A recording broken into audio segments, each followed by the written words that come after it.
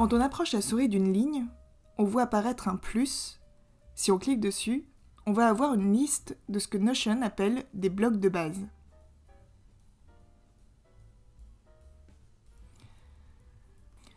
On a le bloc le plus simple qui est du texte.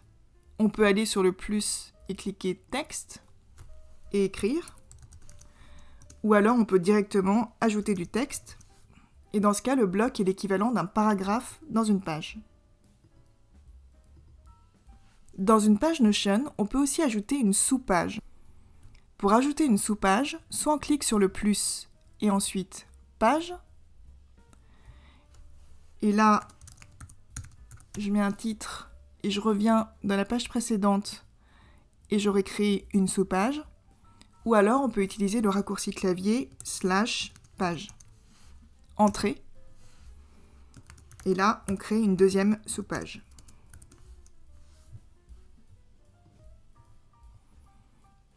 On peut aussi ajouter un bloc qui a un lien vers une autre page. En cliquant sur le plus, lien vers une page.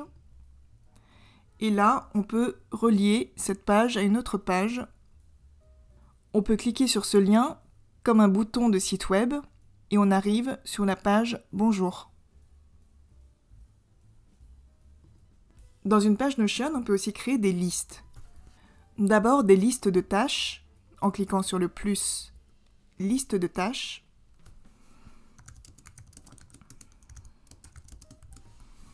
Qu'on peut cocher ou décocher. Le raccourci clavier, c'est /todo, entrée. Ou alors on peut utiliser le markdown, crochet ouvert, crochet fermé, sans espace au milieu. On peut aussi créer une liste à puces en cliquant sur le plus, liste à puces.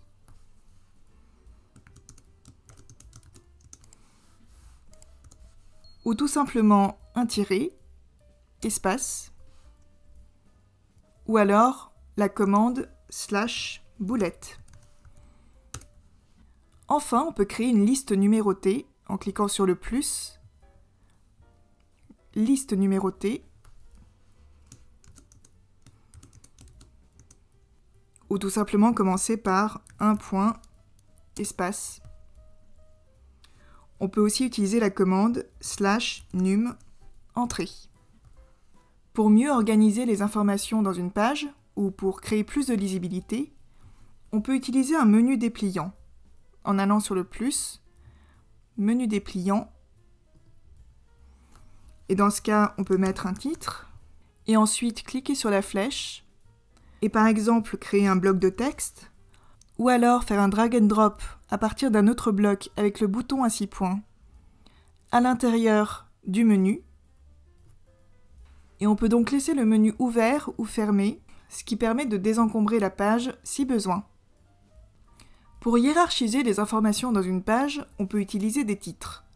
En cliquant sur le plus, on peut ajouter un titre 1 de grande taille, un titre 2 de taille moyenne ou un titre 3 de petite taille.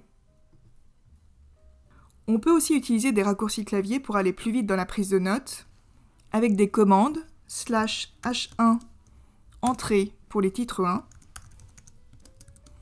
/h2 entrée pour les titres 2, /h3 entrée pour les titres 3.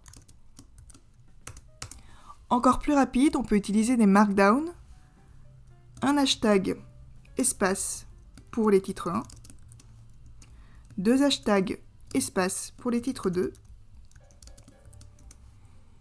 et 3 hashtags espace pour les titres 3. Pour séparer du contenu dans une page, on peut utiliser un séparateur en cliquant sur le plus séparateur, ou alors en utilisant le raccourci clavier /div, entrée. Pour mettre en avant une information, on peut utiliser un encadré, soit en allant sur le plus encadré, soit en utilisant le raccourci clavier /call comme callout, entrée. On peut aussi changer la couleur de l'encadré en cliquant sur le bouton à 6 points, couleur, et on peut changer la couleur de fond ou la couleur du texte. On peut également changer l'icône en cliquant dessus et choisir une autre icône. On peut également insérer une citation en cliquant sur plus citation.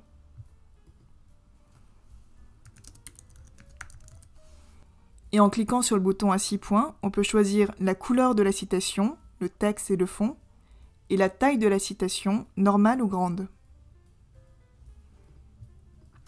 Le raccourci clavier pour les citations, c'est ouvrir les guillemets, espace. Le dernier bloc de base, c'est un tableau. On peut cliquer sur plus, tableau.